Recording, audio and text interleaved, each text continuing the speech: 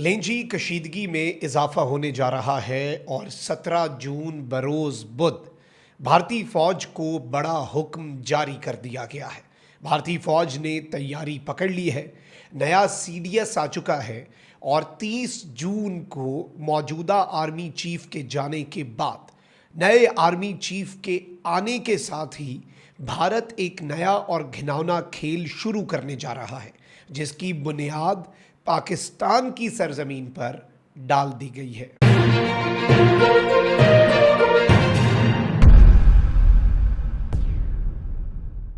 बिस्मिल्लाहिर्रहमानिर्रहीम, अस्सलाम वालेकुम। मैं हूं मखदूम शहाबुद्दीन। 17 जून 2026 बुध का दिन।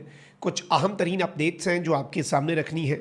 आपको मालूम है कि LOC के इस पार आज़ाद कश्मीर में सिचुएशन कशीदा है, सिचुएशन वॉलेटाइल है, बड़ी ही एक अजीब सी और परेशान कुन सूरत हाल है। मेरा मौक़िफ़ हमेशा से यही रहा है कि अपने हुकूक के लिए बाहर निकलना हर शख्स का हक़ है। और जिस तरह से ईरान के शहीद सुप्रीम लीडर कहा करते थे, जो ईरान में प्रोटेस्ट हुए, उनके हवाले से कि जो लोग निकले वो गलत नहीं हैं, वो बिल्कुल जायज़ हुकूक के लिए निकले हैं।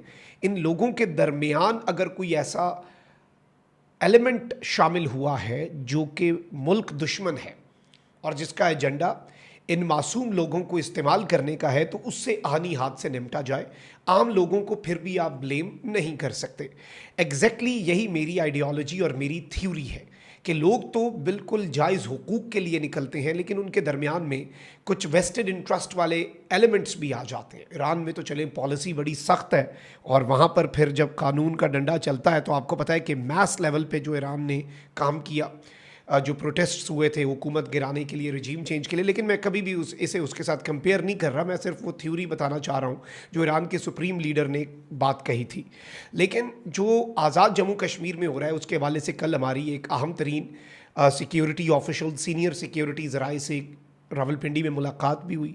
उसमें फ़ौज का क्या मौक़िफ़ है, सिक्योरिटी इस्टेब्लिशमेंट का क्या मौक़िफ़ है, वो तो रख देता हूँ। लेकिन एक बड़ा ख़तरनाक खेल पाकिस्तान के ख़िलाफ़ खेला जा रहा है, उसकी डिटेल्स को समझना हम सब के लिए इस वक्त बहुत ज़्यादा ज़रूरी हो चुका है। ये सारी अपडेट्स, लेकिन उससे पहले अगर अभी तक आपने इस वीडियो को लाइक नहीं किया तो लाइक ज़रूर कर दें। कॉमेंट सेक्शन में राय का इजहार भी कीजिएगा और पाकिस्तान जिंदाबाद का जो नारा है ये तो आपने लाजमी कॉमेंट सेक्शन में लिखना ही लिखना है।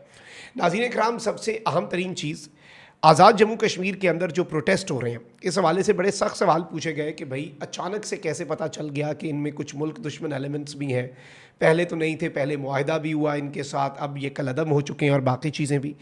अब इसमें सबसे आम तरीन चीज़ ये है कि सिक्योरिटी ज़राए ने कहा कि भारत मकबूजा कश्मीर का मिलिट्री के ज़रिए कभी कुछ ना कर सका, इसलिए आज़ाद कश्मीर में भारत ने आग लगवाई है। हमें पता था कि ये जो एक्शन कमेटी है इसका एजेंडा क्या है, ये किधर से आ रही है। आला सिक्योरिटी हुकाम ने गुफ्तगू करते हुए कहा कि पाकिस्तान का पहला निशान हैदर कश्मीर से है। फ़ौज में 40% के करीब जवान कश्मीर से ताल्लुक़ रखते हैं। हमारा इशू दहशतगर्द रजीम से है, ना कि वहाँ के अवाम से। आज़ाद कश्मीर में हुकूक की तहरीक से आगाज़ किया गया। हमारा डिफ़ॉल्ट ऑप्शन हमेशा बातचीत होती है।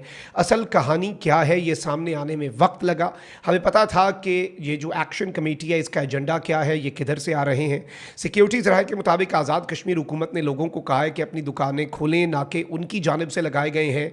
और ये अवामी कमेटी जो बनी है, एक्शन कमेटी, इसने अवाम को कहा है कि जो दुकानें खोलेगा हम आग लगा देंगे। आज़ाद कश्मीर हुकूमत पॉलिटिकल प्रोसेस फॉलो कर रही थी। आज़ाद कश्मीर में बैठकर रियासत मुखालिफ नारे लगाए जा रहे हैं। रियासत प्यार मोहब्बत से डील कर रही है। रियासत हमेशा पहले माँ बन के डील करती है, बाद में बाप बनती है। हर लम्हे ये जो जॉइंट एक्शन कमेटी है ये मज़ीद खुलकर सामने आ रही है। इनको आइनी और कानूनी तरीक़े से ही डील किया जाएगा, यानी इसमें यह बात भी कह दी गई है कि आइन और कानून के मुताबिक ही इन्हें डील किया जाएगा। अच्छा, जो सबसे आम तरीन चीज़ है वो ये है कि इसको अब हम क्यों कनेक्ट कर रहे हैं और क्यों पाकिस्तान की फोर्सेस हाई अलर्ट पे जा चुकी हैं, ये ख़बर हमने आपके सामने रखनी है। ये तो आ गया पाकिस्तान की सिक्योरिटी फोर्सेस का एज इट इज़ मौक़िफ़। मेरी अपनी ओपिनियन यही है कि मामलात को अफ़ाम व तफ़हीम से हल करना चाहिए। इस तरह के एलिमेंट्स जो हैं, अगर तो इनका भारत के साथ गठजोड़ है तो वो अवाम के सामने उसके मज़ीद प्रूफ्स और एविडेंस लाने चाहिए। एंड आई एम 100% श्योर कि अवाम ऐसे एलिमेंट्स का साथ कतन नहीं देगी। अब वहीं दूसरी जानिब नाज़रीन कराम एक और चीज़ हुई है, इंडिया के अंदर कुछ स्ट्रक्चरल चेंजेस हुए हैं। इंडिया का जो मौजूदा आर्मी चीफ़ है, मुझे उस पर हैरत है कि उसके जूनियर को, जो कि पिछले साल रिटायर हो चुका था, उसे CDS लगा दिया गया। बेशक इसकी रिटायरमेंट में 1 महीना रहता है, लेकिन ये 1 महीना अपने जूनियर के अंडर सर्व कर रहा है आर्मी चीफ़। और इंडिया के अंदर जो चीफ़ ऑफ डिफेंस स्टाफ है CDS, जो बिपिन रावत के लिए कोदा नरेंद्र मोदी ने बनाया था, उस पर ये बराजमान है। बाय द वे इंडिया का आर्मी चीफ भी जा रहा है और लेफ्टिनेंट जनरल धीरज सेठ जो है वो अगला आर्मी चीफ होगा। इन फ्यू डेज ये लेफ्टिनेंट जनरल से जनरल हो जाएगा and he will be the next army chief of India. तो इंडिया में एक नया CDS भी आ चुका है, इंडिया में एक नया आर्मी चीफ भी आ चुका है। इस खबर को भी इसके साथ ज्वाइन कर लें।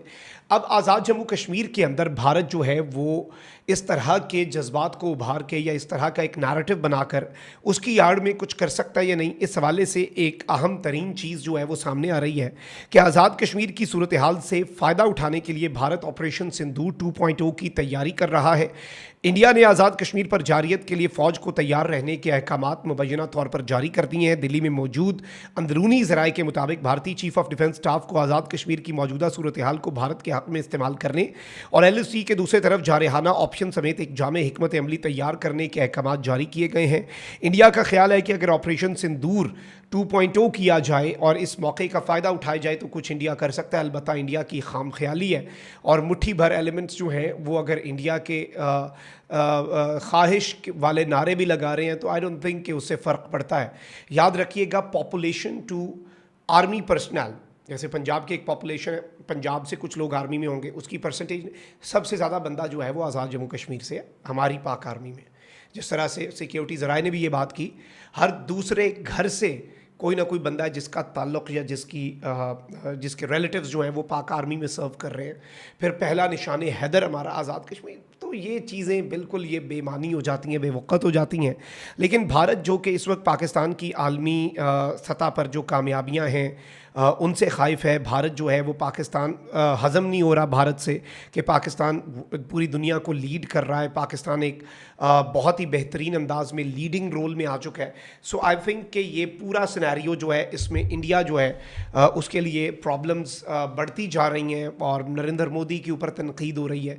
तो अपने डोमेस्टिक मसाइल से तवज्जो हटाने के लिए, अपनी पॉलिटिक्स को बचाने के लिए नरेंद्र मोदी एडवेंचरिज्म कर सकता है। और वैसे भी जो शिकस्त फाश हुई पिछले साल, उसके बाद नरेंद्र मोदी को ये मैसेज बीजेपी की तरफ से दिया गया है कि हम भारत पर से अपना तसल्लुत तो ख़त्म नहीं कर सकते, कांग्रेस आ गई तो हमारी एक पूरा जो एक तसलसल है वो ख़राब हो जाएगा।